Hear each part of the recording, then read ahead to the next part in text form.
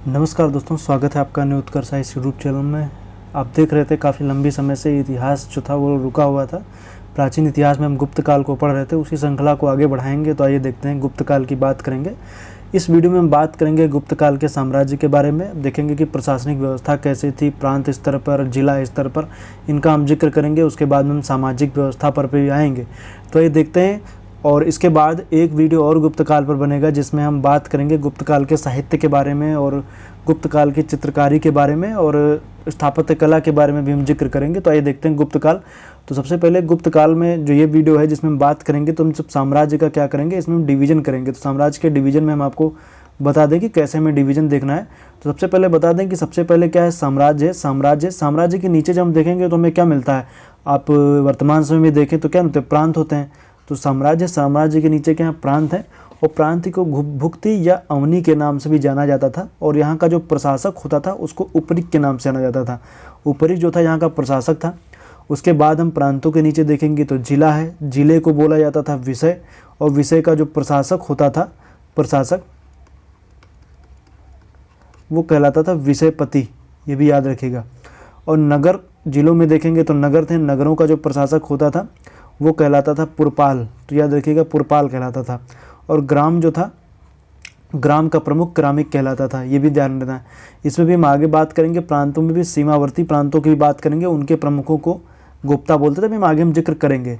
और ये जो आप देख रहे हैं ये है भारत का मैप है। भारत के मैप में जो आप ये बाउंड्री लाइन वगैरह जो देख रहे हैं, ये गुप्त काल की बाउंड्री लाइन है। गुप्त काल में जब देखेंगे तो गुप्त का साम्राज्य जिन क्षेत्रों में फैला था उनके बारे में बताया गया है। तो आप लोग इसको चाहें तो आप ये मैप बना सकते हैं। उत्तर में देखें तहसीला के से लेकर के गुजरात, महाराष्ट्र का भी थोड़ा सा हिस्सा, ये पूरा क्षेत्र, बांग्लादेश हो, ये पूरा आप देख सकते हैं। आसाम वगैरह का भी कुछ क्षेत्र इसमें शामिल था। तो ये हो गई बात है जो हमने गुप्त काल के साम्राज्य का हमने डिवीजन आपको बताया है कि प्रांत, जिला, नगर और ग्राम। इसके बाद आइए हम देखते हैं तो जो प्रशासन है उसको, केंद्रीय प्रशासन जो था वो किस तरीके से था। तो उसमें जब हम देखेंगे तो गुप्त शासन जो था वो राजतंत्रात्मक था। और शासन का केंद्र बिंदु जो हुआ करता था वो सम्राट हुआ करता था। तो शासन का केंद्र बिंदु सम्राट था। सम्राट के नीचे जब हम देखेंगे तो हमें मंत्री देखने को मिलता। मंत्री परिषद थी जो कह सकते हैं सलाह देने के लिए थी, लेकिन सर्वोच्च सर्वे सर्वा कौन थे, सम्राट था। और उसके नीचे जब हम देखेंगे तो अमात्य थे, अर्थात मंत्रियों के नीचे जब देखेंगे तो विभागों के अध्यक्ष वगैरह जो हमें देखने को मिला, अमात्य थे। ये आधुनिक ब्यूरोक्रेसी के तहत जो नौकरशाह जो हैं उनके समकक्ष में इनको समझ सकते हैं, जो सम्राट और मंत्रियों के बीच में कह सकते हैं समन्वय स्थापित करने का भी काम ये करते थे। और इसमें जब हम देखेंगे तो जो कात्यायन स्मृति के अनुसार अमात्य जो थे उनकी नियुक्ति ब्राह्मण वर्ग से ही होती थी। ये इम्पोर्टेंट है, याद रखिएगा। किस स्मृति के अनुसार, तो कात्यायन स्मृति के अनुसार है। तो ये तो हो गई बातें। भाई हम देखते हैं थोड़ा सा केंद्रीय पदाधिकारी कौन कौन से थे। तो केंद्रीय पदाधिकारी की बात करेंगे तो सबसे सर्वोच्च पे आएंगे, वो उनको बोलेंगे कुमारामात्य। कुमारामात्य इस समय देखें तो आधुनिक आईएएस से तुलना की जा सकती है, ये उच्च पदाधिकारी थे। इसके बाद हम देखेंगे तो प्रतिहार हैं। प्रतिहारों की बात करेंगे, सम्राट के अंतःपुर के रक्षक थे। महाबलाधिकृत जो थे वो सेना का सर्वोच्च अधिकारी था। दंडपाशिक जो था वो पुलिस विभाग का प्रधान अधिकारी था, ये भी इम्पोर्टेंट है। महाछपड़िक जो था, महाछपट जो था वो आय व्यय का लेखा जोखा रखता था। ये केंद्रीय प्रशासन की बात चल रही है। अब हम आएंगे जब प्रांतीय प्रशासन की जब बात करेंगे तो प्रांतीय प्रशासन में हम देखेंगे तो इसमें हमें देखने को मिलेगा सीमांत प्रांत का प्रमुख गुप्ता कहलाता था। जैसे मान लीजिए ये गुप्त काल की सीमा है, इसमें कई एक ये राज्य है, एक ये राज्य है, एक ये राज्य है, एक ये राज्य। तो लेकिन जो सीमावर्ती राज्य थे, एक होंगे जो आंतरिक राज्य होंगे, कुछ होंगे सीमावर्ती राज्य स्थित होंगे। तो जो सीमावर्ती राज्य थे उनको बोला जाता था गोप्ता। क्या बोला जाता था, गोप्ता बोला जाता था। और याद रखिएगा, अभी इंपॉर्टेंट है, सीमांत प्रांत का जो प्रमुख कहलाता था, सीमांत प्रांतों का, इनका प्रमुख गोप्ता कहलाता था।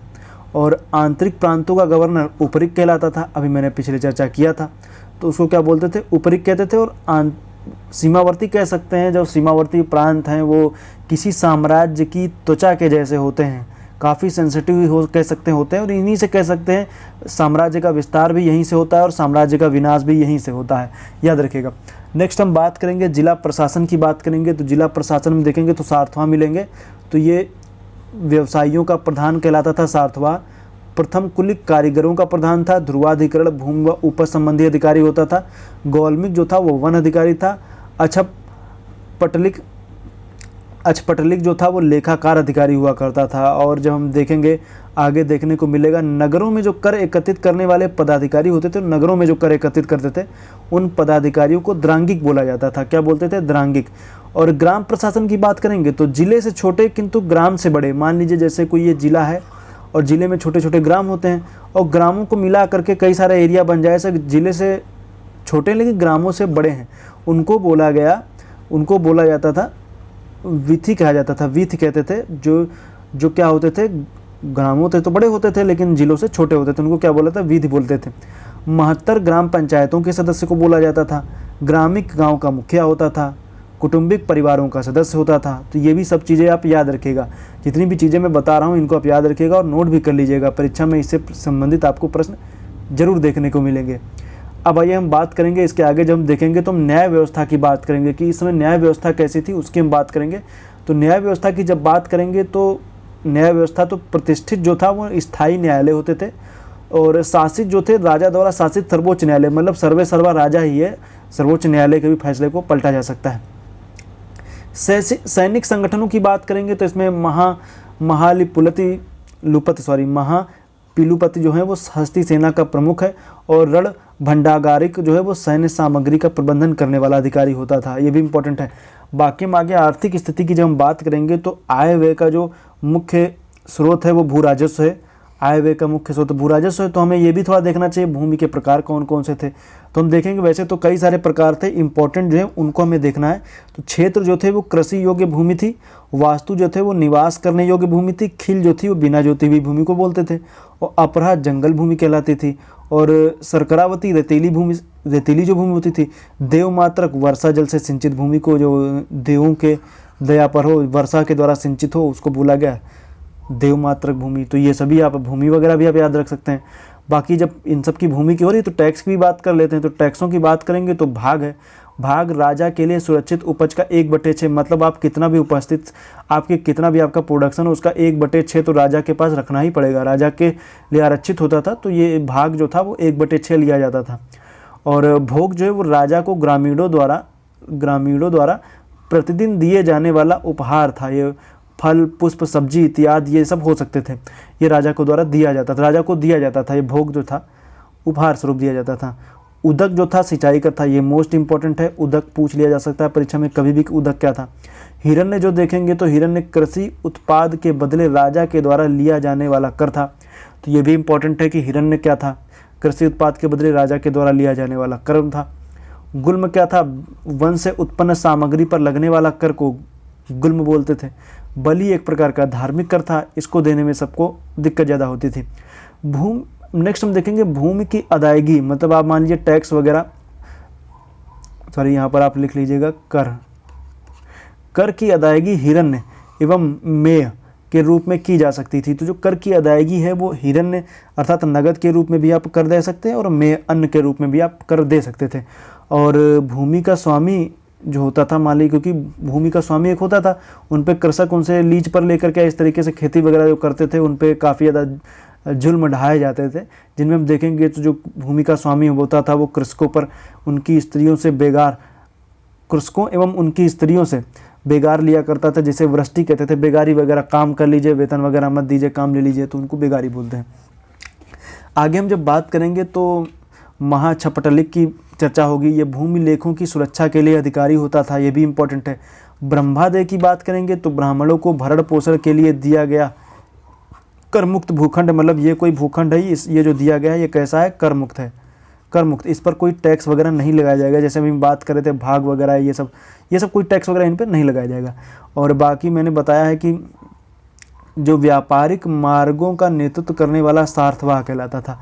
ये सार्थवाह मोस्ट इंपॉर्टेंट है, परीक्षा में इससे प्रश्न पूछे जाते रहे हैं, तो सार्थवाह आप याद रखिएगा, सार्थवाह। तो ये हो गई बातें जो मैंने आपको बताई हैं, ये भी इंपॉर्टेंट है। आइए देखते हैं और आगे क्या इंपॉर्टेंट है। तो हम और आगे देखेंगे तो हमें सामाजिक व्यवस्था देखने को मिलती है। सामाजिक व्यवस्था की जब हम बात करेंगे तो समाज में वर्ण व्यवस्था का क्या था, प्रचलन था। वर्ण व्यवस्था का प्रचलन था, तो हाँ था, वर्ण व्यवस्था थी, याद रखिएगा, वर्ण व्यवस्था थी। इसमें वर्ण विभाजन का आधार क्या था, ये जाति था, कर्म नहीं था, कर्म के आधार पर वो व्यवस्था नहीं थी, जाति के आधार पर थी। तो क्या इस काल में सती प्रथा का उदाहरण मिलता है? तो हाँ मिलता है, सती प्रथा का प्राचीनतम साक्ष्य भी है। भानुगुप्त का एरड़ अभिलेख है, जो एरड़ अभिलेख में बताया गया है कि भानुगुप्त के सेनापति गोपराज की मृत्यु पर उसकी पत्नी द्वारा चिता में जल जाने का उल्लेख मिलता है। तो वैसे ज़्यादा प्रचलन में नहीं थी, लेकिन कह सकते हैं शुरुआती तौर पे ऐसे सती प्रथा के प्रमाण हमें देखने को मिलते हैं। कायस्थों का उल्लेख जब हम देखेंगे, कायस्थों का उल्लेख सर्वप्रथम वर्ग के रूप में याज्ञवल्क्य ने किया है, तथा जाति के रूप में उल्लेख हमें ओशनम स्मृति में मिलता है, तो ये भी याद रखिएगा। आगे हम बात करेंगे, फायान ने अछूत जाति का उल्लेख किया है, तो याद रखिएगा, जिसे स्मृतियों में अंत्यज या चांडाल कहा गया। अभी हम आगे चर्चा करेंगे कि चांडाल कौन होते थे। और इस काल में अनुलोम और प्रतिलोम विवाह द्वारा उत्पन्न वर्ण संकर जातियाँ थी, जो इम्पोर्टेंट है। आइए देखते हैं, जिसमें एक है अम्बष्ट है। अम्बष्ट क्या था? इसमें ब्राह्मण पुरुष और वयस्क स्त्री से उत्पन्न संतान को क्या बोलते थे? अम्बष्ट बोलते थे। और हम जब देखेंगे तो मूर्धाभिषक्ति की बात होगी, तो इसमें क्षत्रिय पिता है और शूद्र माता है। वैदेहक भी है, वैश्य पुरुष है और ब्राह्मण स्त्री है। सूत जो है वो क्षत्रिय पुरुष और ब्राह्मण स्त्री है। समाज जो था उसमें समाज में दास प्रथा जो थी वो प्रचलन में थी कि नहीं थी? तो समाज में दास प्रथा प्रचलन में थी। चांडाल जो होता था वो ब्राह्मण कन्या तथा शूद्र पुरुष से उत्पन्न जो संतान थे उसको चांडाल बोलते थे। और ये मान लीजिए जैसे ग्राम है तो ग्राम के बाहर चांडाल रहते थे, और जब ये गांव में इंटर करते थे तो इनको अपने साथ में ढोल नगाड़े वगैरह बजाते थे, ताकि गांव के लोग, अछूत बोले जाते थे ना, इसलिए क्या करें कि गांव के लोग इनसे दूरी बनाए रखें। तो ये जब आते थे गांव में तो इनसे ढोल नगाड़े वगैरह बजाते थे, ताकि अछूत जो हैं वो मतलब इनसे क्या हो सके कि वो दूर रहें, गांव के लोग इनसे दूर रह सकें।